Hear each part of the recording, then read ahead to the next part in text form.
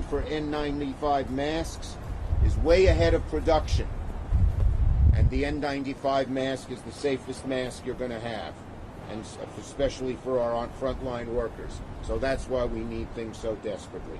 So again, this is the kind of thing. Sorry. These are the This is the kind of thing. These are the kinds of protective equipment that our workers need. They're risking their lives for us. We should make them as safe as possible. And I'm going to make one other comment about the transition. Unfortunately, the Trump administration is not transitioning well. This is creating a lot of problems. The distribution of the vaccine. We don't know what the Trump administration is doing, and they're not coordinating with the incoming Biden administration. On national security issues, they're not coordinating. And one other that people may not realize that's just coming up. Now that President-elect Biden has announced he's putting nominees forward, he said today that they'll have their first nominee Tuesday. There are no FBI background checks that can be done until the GSA officially transitions with the new Biden administration. That is going to delay the fight on COVID.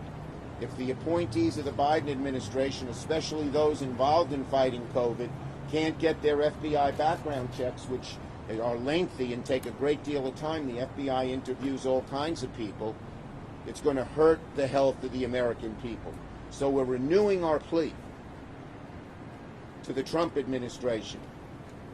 Transition now. Even Republicans who won't admit that President Trump has lost the election, which we know he has, are still urging him to do the transfer of power now. They're still urging him to do that transfer now. That's what we need. Okay?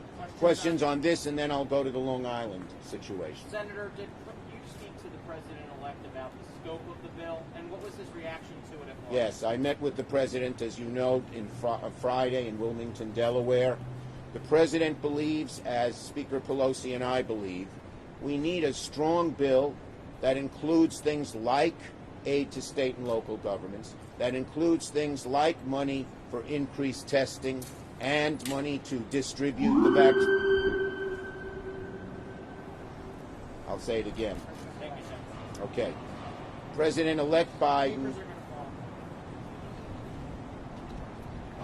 in our conversations on Friday, made it clear that he believes this Congress, the lame duck Congress, should pass a strong, comprehensive bill that meets the needs of the American people, including state money for state and local governments, and money for mass transit, and money for health care, new testing, money to help distribute the vaccines once they are produced, money for schools so they can help open.